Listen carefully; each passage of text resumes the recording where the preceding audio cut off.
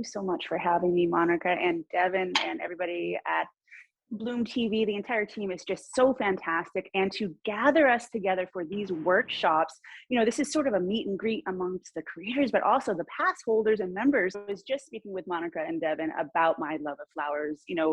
My love of flowers runs deep, having been a professional ballerina for many, many years and kind of immersed in that world of art, of femininity, of creativity, musicality. It was something that really translated into my work as a food and cocktail blogger. But in the background was that love of flowers. I come from a long line of gardeners and green thumbs. My grandmother could make anything grow in her little patch of dirt. And flowers, particularly roses and peonies, have always called to me, to the point where when my husband and then boyfriend was wooing me, he knew the way to my heart was to give me flowers every day. And, he won. So we are here today to create holiday cocktails with a flower sort of slant. I am not a trained mixologist. I'll put that out there, but I have a great palate and I love the creation of cocktails, creating something that's well-rounded. And not only that, something that you can do at home, because home mixology is where it's at. Especially in the time of COVID, we're no longer going out to the bars and the restaurants like we once did. And we're doing a lot more small entertaining at home. We can do something more than just a gin and tonic or a whiskey on the rocks. We can create layered cocktails with depth and beauty. And I'm going to show you how to make 2 gorgeous cocktails. Now, Monica's going to be manning the chat box for me. Please raise your hand at any point if you have a question, if you have a comment. I'm going to be taking a little, poll here because I like to keep it loose. As you can see, I am already dancing. I haven't even had a cocktail yet. But I want this to be interactive. And please know, while you're here in my kitchen, in my home, you are my guest.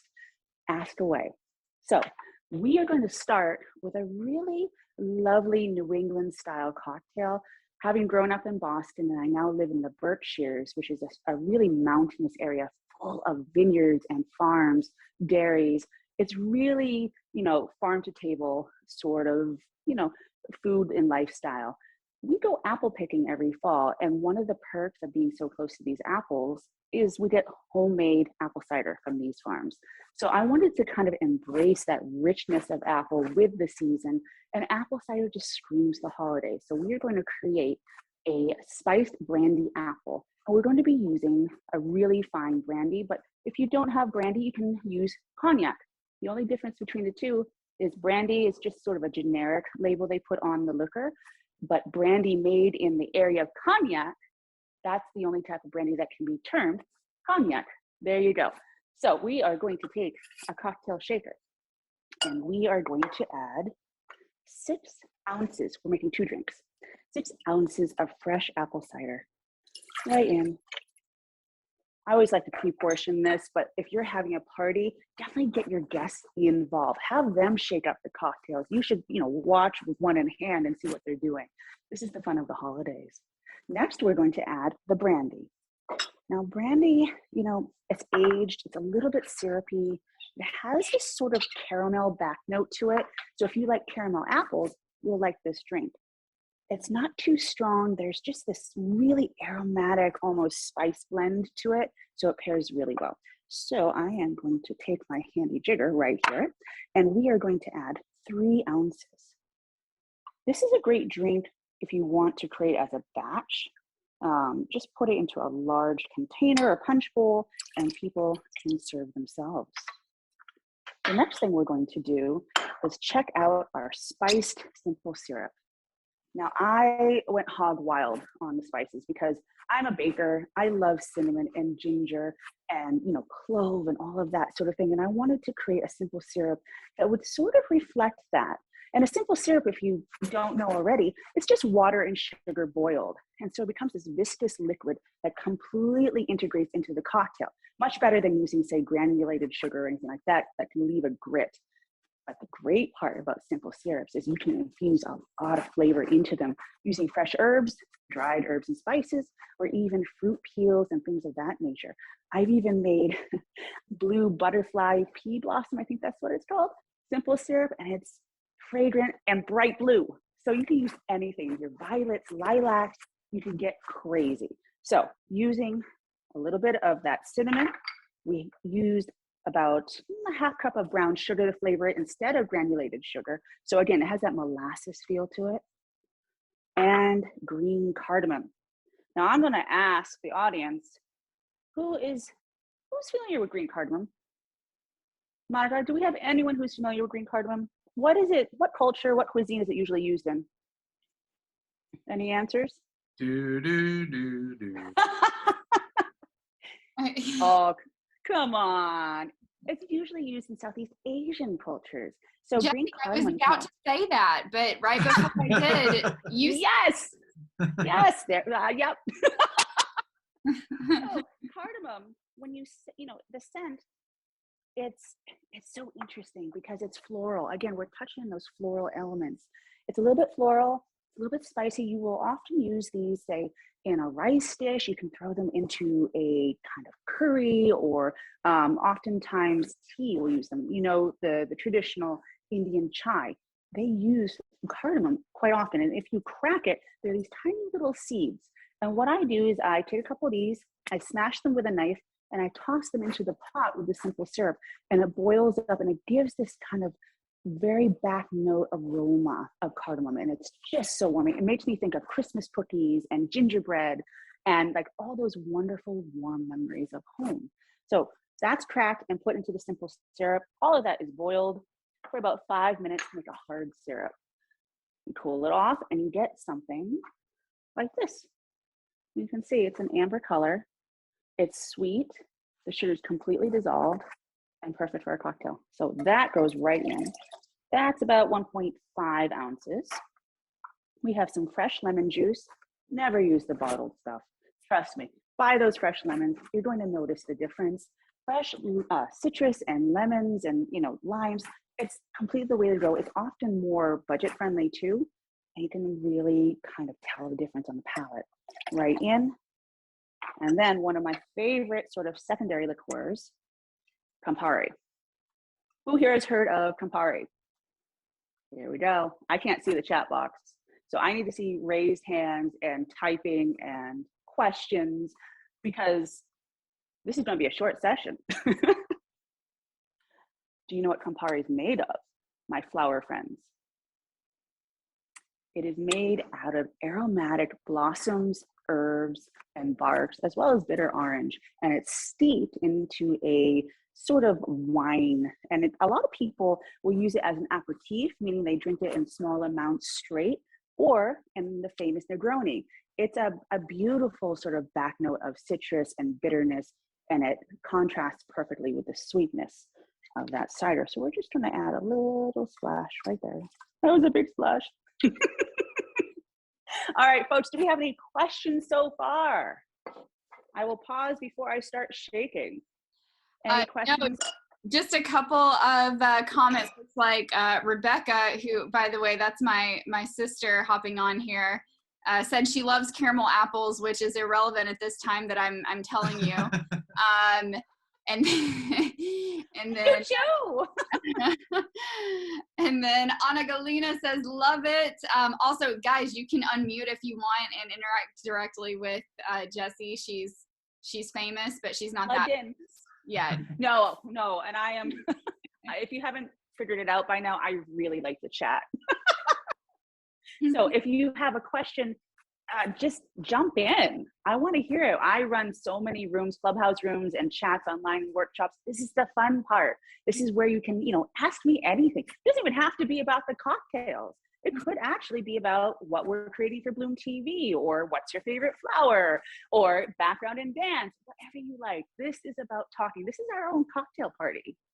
And Jessie, I'd like to throw something out here. Tell us a little bit about what people are going to see from you on Bloom TV. Oh, I'm so excited. So I created several episodes, and Monica and Devin and Hannah really let me play. We had several conversations where, I was trying to figure out where we were going, and I got free reign to do whatever I wanted.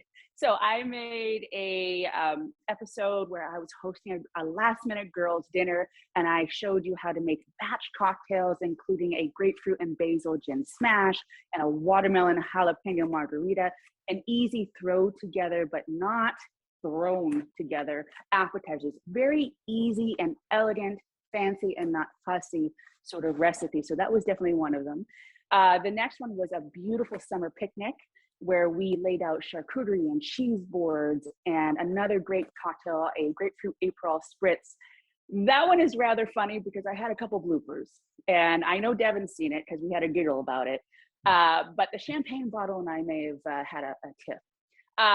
We also did a Thanksgiving or holiday tablescape. We did a flower arranging course. I mean, I do it all because home entertaining is an art, and it's an art that, you know, it takes a little bit of practice, but once you get those tips, that standard base, it is so easy. And for our generation, you know, it's time to modernize it. It's time to update this to become the modern host or hostess. And with a couple of cocktail recipes under your belt, a couple of easy appetizers that you can pull from the fridge. I mean, seriously, a updated crudité board. I mean, it's so simple and it's so fun. So that's kind of what I'm going to be bringing to the table. And I'm so excited for everyone to see it. And I'm definitely excited to see the other creators as well, because flowers are such a passion of mine. And to be amongst this talented crew, I mean, it's an honor. So thank you, Jessie. We're so excited to see you on Bloom TV. And I've got another question in here. Where can you find Campari at? So if you're in the States, you can find it pretty much at any liquor store, or we call them package stores in New England. You can also order it online. If you go to Campari's website, they have a locator. There's also several wholesale websites where you can buy it if you need it in bulk for better prices. Awesome. It's like that. All right. Questions. It's a great, and you know what? This is so handy, and it's in all the classic cocktails too. Manhattans, Negronis. This is something that should be in your bar shelf. And then we got, well, actually one more comment. Anna says, yeah, she can't wait to make some of them with her friends. This is one she's definitely doing for her Christmas dinner. Her friends and her both love drinks with Campari. Yeah, you and me, I think we'll get along. Because I can't get enough of it. In fact, I have 2 more cocktails using it in the background. I haven't even printed them yet. So yeah, it's a fabulous secondary liquor. But let's put some ice in this cocktail and shake it up. I see another little question. You can certainly talk as I'm shaking too. That's the beauty of these earbuds. Another question come in. Where can you find the cardamom pods? That is an excellent question. So I tend to not use grocery store spices. One of the reasons being that you never know how fresh they are. They could have been sitting there for years and you wouldn't know. What I do is I order from a wholesaler, my favorite being Penzeys, and they have a vast online catalog. But if you would like to support your local businesses, oftentimes if you go into a Indian grocer, sometimes Pakistani, occasionally you'll find it also in Chinese markets, Asian markets, you can buy it there as well. All right, we added ice. We're gonna shake. Use a standard shaker, nothing fancy. If you don't have one of these at home, I'll tell you a secret. When I was once on vacation and I forgot my shaker, all I had was a giant water bottle, you know, like one of those reusable thermoses. Guess what I used? Pour everything in there, shake it up. You just need a vessel, a closed vessel. All right, this is the tricky part. There we go. It sometimes acts as a seal. So nicely shaken, we are going to take 2 rocks glasses. Sometimes they're called old-fashioned glasses. You can use tumblers, whatever you feel like. We are going to fill them halfway up with ice, regular old ice cubes. I have a couple of craft ice cubes in here too for our next drink. And again, you can even whip this up ahead of time, have it chill out in the fridge. It's so easy peasy. And all we're going to do, take our strainer, strain it into our cups.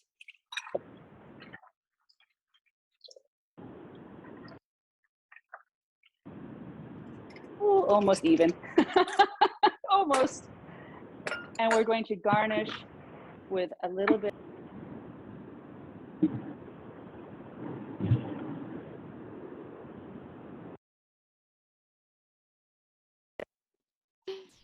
Sorry, Jessie, that was me. I was trying to mute somebody else and accidentally muted you. That's okay. We're loose. We're free. You're going to garnish with some thin apple slices. I like green apples because they're tart and you can, swirl it around in your cocktail. Just kind of dip them in some lemon juice first. That will prevent it from browning. Right in, float it, and you have an easy peasy, elegant spiced apple brandy. Cheers. Amazing. What's next on I love these. So the next one, let me shuffle some things around. Next one you are going to love. So it is very holiday, it's very wintry, and it's very floral. So let's get our accoutrement. I've got a question from yes. Technically it's from Devin, so yeah. Let's tell us while we're getting set up for this next drink, tell us a little bit about your background. Oh, well, I'm a born and bred Bostonian. I can turn my accent on and off. If you want to hear my accent, just put it in the chat box. I do it really well. But yeah, so born and bred, grew up always taking dance. My mother was a professional ballet dancer. My grandmother was a gymnast. I was kind of born into it, but I was a very shy girl and I didn't talk. And I had a stutter and I had, all these anxieties about speaking.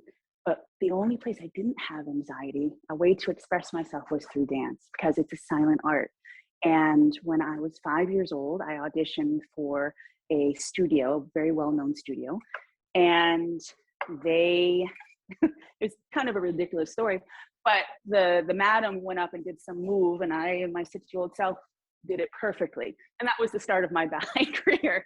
And I just gravitated to it. The freedom that I found on stage and also the sort of focus, determination, and really kind of drive that I had in the studio. It was such a well-rounded sort of education. And I had an opportunity to work with some of the greats from the Paris Opera, American Ballet Theater, New York City Ballet, and train and dance, and went all the way through and danced all over New England. And that's what I did for many, many years until I married. And then I had my first son and I retired and moved out west and was looking for something to kind of grab my creativity, grab that spark, because I was home with 2 little kids who I adore, my 2 little boys at the time, but I was going a little bit bonkers with all the baby babble. I was so used to being type A and going after something, always having a goal, a focus that was mine.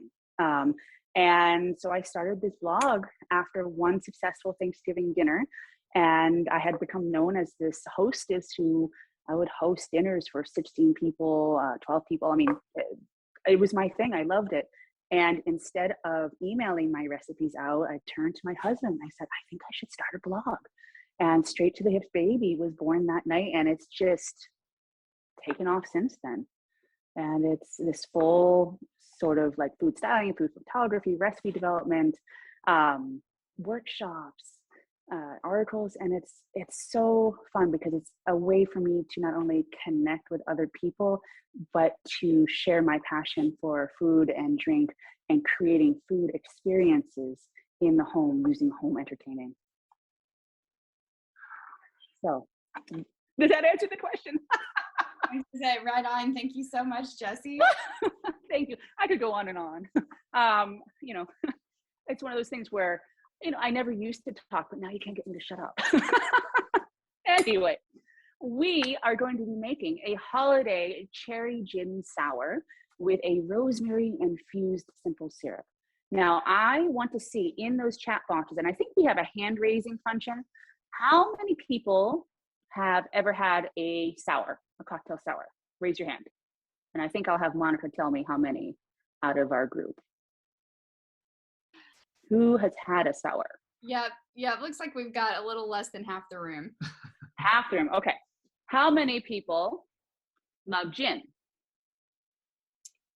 That would be probably me and my sister only. Okay. I love this question or this thing. I know, folks. I know. Oh, I love gin, but I'm a late bloomer. I had several experiences in college with gin that I do not want to remember.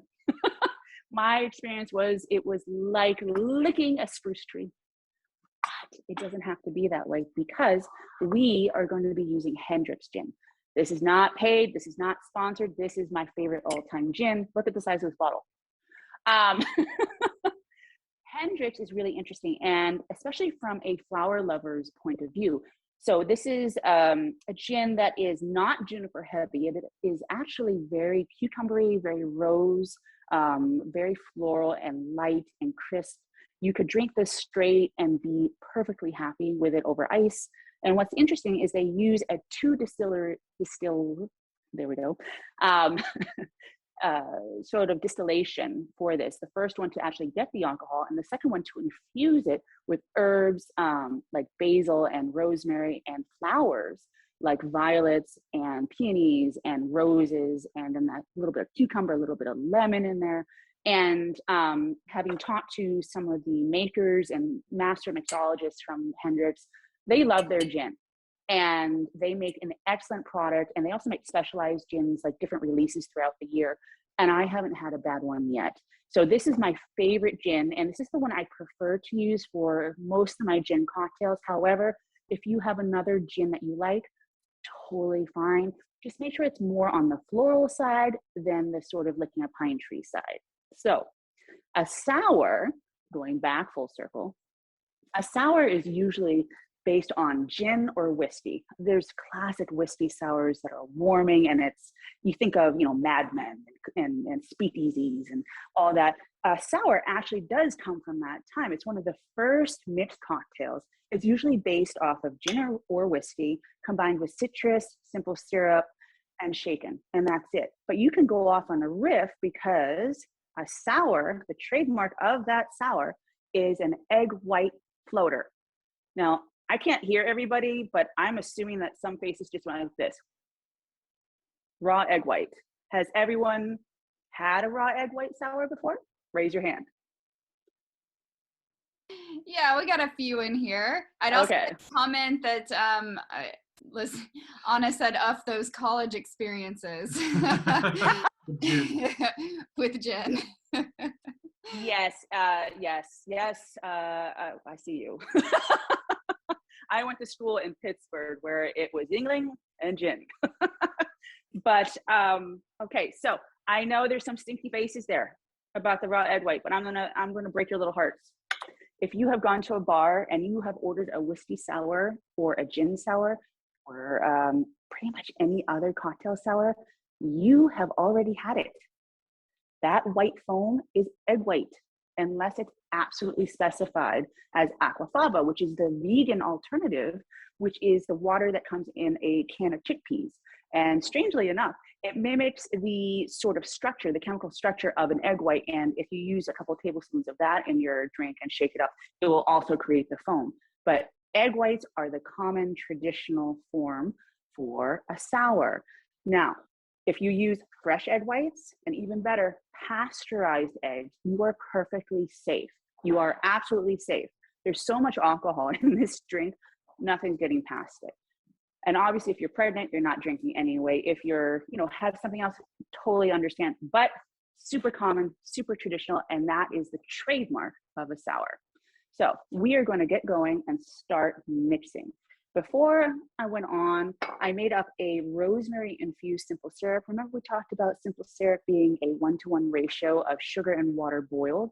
And we added a lot of flavor to it by just putting in a couple of sprigs of fresh rosemary. And fresh rosemary has this kind of piney scent. It smells like winter. And it pairs really well with the gin because there's kind of nuanced elements of the same sort of herbs in that gin. So the first thing that we're going to do, as I look at my recipe really, really quickly, we are going to add some fresh lime juice. We're using lime this time. It's a really great pairing with the cherry. Right in.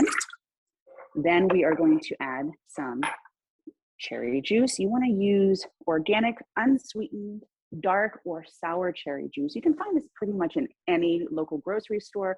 Sometimes if you don't find it at a regular store, you can find it at Whole Foods or Trader Joe's. So that's gonna go right in. We are going to take our simple syrup, pour that. Now we're gonna use a different technique for this cocktail. We are going to muddle.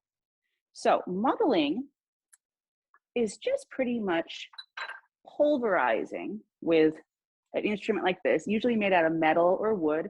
And if you don't have one of these baton looking things, you can always use the back of a large cooking spoon. So the first thing we're going to do is just bruise that rosemary just a bit to release the oil. Now I have a mixologist friend, a master mixologist friend, who taught me this trick. And I usually do it with softer herbs, but you can do the same thing by spanking your herbs against the back of your hand, and it releases the oils. It's fun, and it's kind of funny to see the reactions of your guests when you start telling them about how you're spanking your herbs. So we've added our simple syrup, our lime juice, and our cherry juice to our container. We are just going to take about 3 to 4 twists. We're not going to punch it or stab it. We're twisting it because we want to release just a little bit of those oils to flavor our drink. So we have beautiful rosemary in our simple syrup as well as infused into the cocktail itself. So the next thing we're going to do is add some St. Germain Elderflower liqueur. Now this is one of my favorite sort of secondary liqueurs. It's a staple in my bar, same as Campari. It's made by steeping elderflowers in a clear sort of alcohol, usually a vodka derivative, and adding a lot of sugar. Now we know that elderflower berries have tons of health benefits. I am going to choose to believe that the same benefits happen in the liqueur. I hope you'll join me in that thought because it's delicious and it's so, so popular. You can even make your own if you have elderflower bushes near you.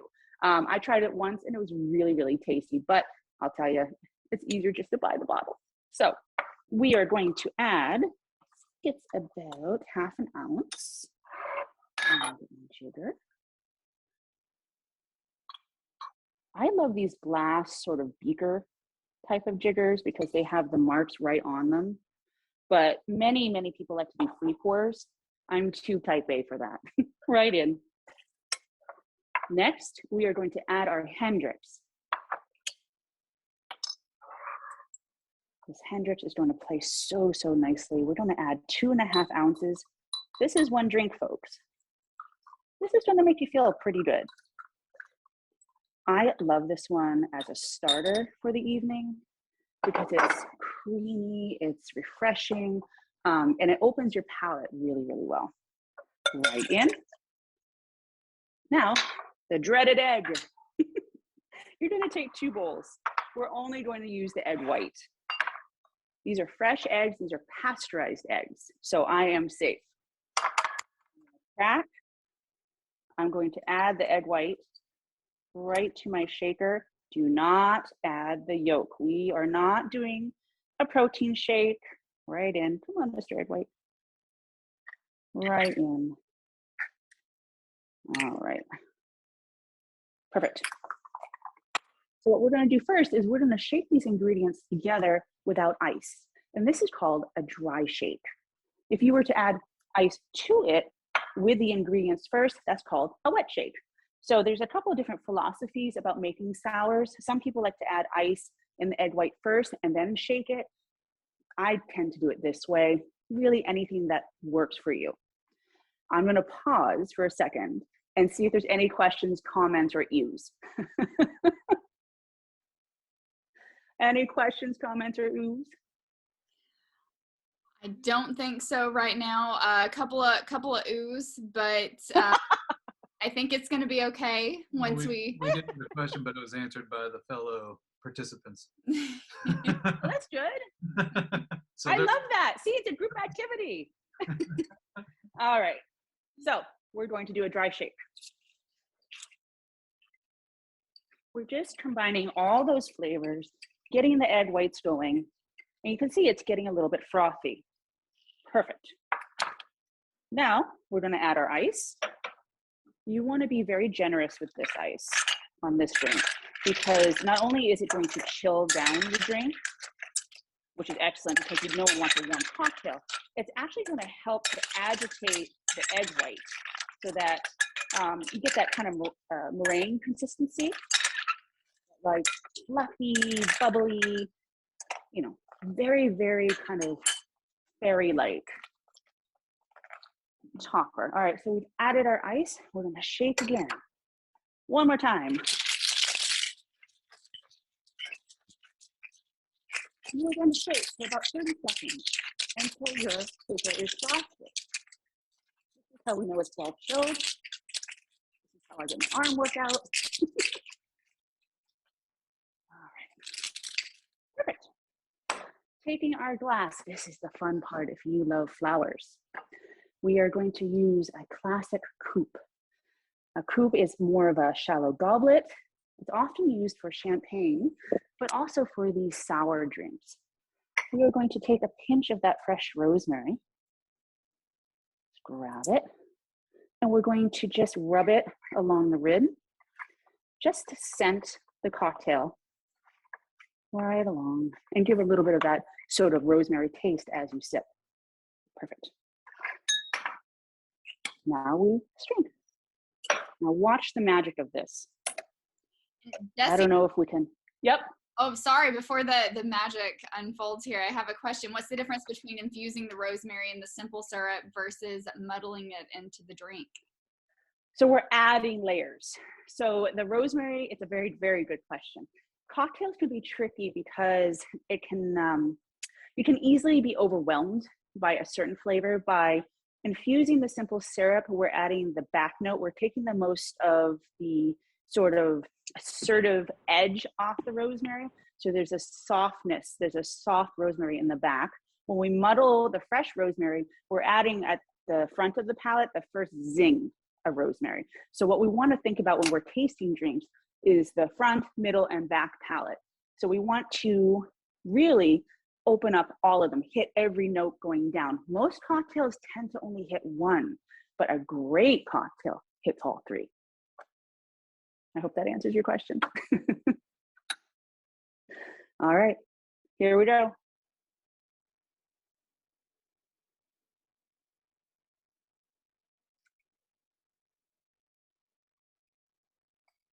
And look at that. You see the white? It's magic. Wow. Isn't that pretty? Beautiful, Jessie. So the egg white, it feels like a dessert because it makes it creamy and it's so, so delicious. And the best part is we are going to be using edible dried flowers. Now I like to buy mine through an organic shop. I have a mixture of dried rosebuds, which are great for your skin. They're also very relaxing. The scent is really beautiful. I also have some dried pansies in here.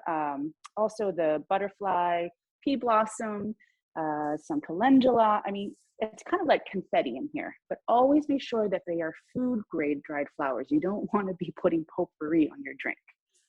So right on. And what I like to do is just a half circle. And if you make a mess, that's part of the fun. My idol, Julia Child, was a master at this. Not taking herself too seriously, having fun with her food, because that's what it's all about. If you want to be really fancy, find a tender sprig, put it on, and that, my friend, is the holiday cherry gin sour. That looks amazing, Jessie. What about your dried flowers? Did you dry those yourself, or did you find a... I did not. That is something that's on my to-do list. I want to learn how to do that. I actually source them through an organic shop on Amazon, and I get a whole variety. There's also a brand, I think they're called Suncore, who they have certain types of flowers. They don't have a great variety of them, but they're very, very high quality. I use them to, their products to infuse simple syrups. Fantastic. What a great couple of drinks to bring to your holiday parties this year. I want that drink. Absolutely. Right now. Yes, I want you to have it. And I really encourage everybody, don't knock it till you try it. I have converted dozens and dozens of people through my workshops that egg whites are the way to go. And again, remember, aquafaba is a great alternative. And when you present this to your guests at home, this is a bar level drink. They are going to be so impressed. And it's something that is not only going to kind of delight them, but it's going to inspire them to try it themselves. Fantastic. Well, it looks like, yeah, a couple of people are wanting to make this drink already. Awesome. Yeah, looks like lots of good comments. Good job, Jessie. Amazing. My pleasure. And thank you for hosting and organizing and getting the word out. It's been marvelous. And you two worked so hard for this and for this station and this new endeavor, this project.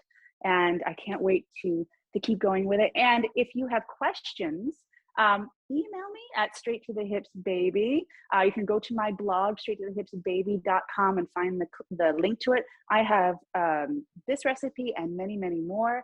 And you can also find me on social media at straight-to-the-hips-baby.